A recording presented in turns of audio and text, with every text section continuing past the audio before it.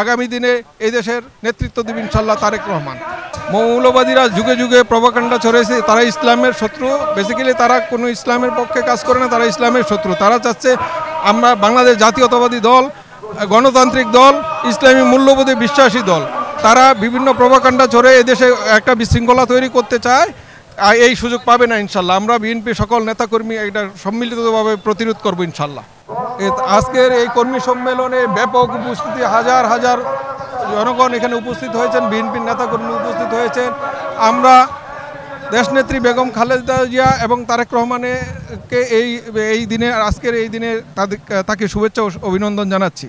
আমরা এই দীর্ঘ 17 বছর কারা নির্যাতিত, বহুবার কারা নির্যাতন ভোগ করেছি। বাড়িতে থাকতে পারি নাই, ফ্যামিলির সঙ্গে থাকতে পারি নাই, ব্যবসা বাণিজ্য কিছুই করতে পারি নাই। আমরা পালিয়েছিলাম। আজ 24 সালে দেশ স্বাধীন হওয়ার পরে আমরা আজ সবাই বুক ফুলে চলতে পারতেছি, দেশের স্বাধীনতা ভোগ করছি।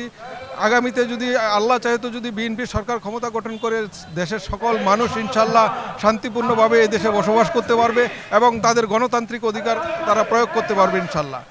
তারেক রহমান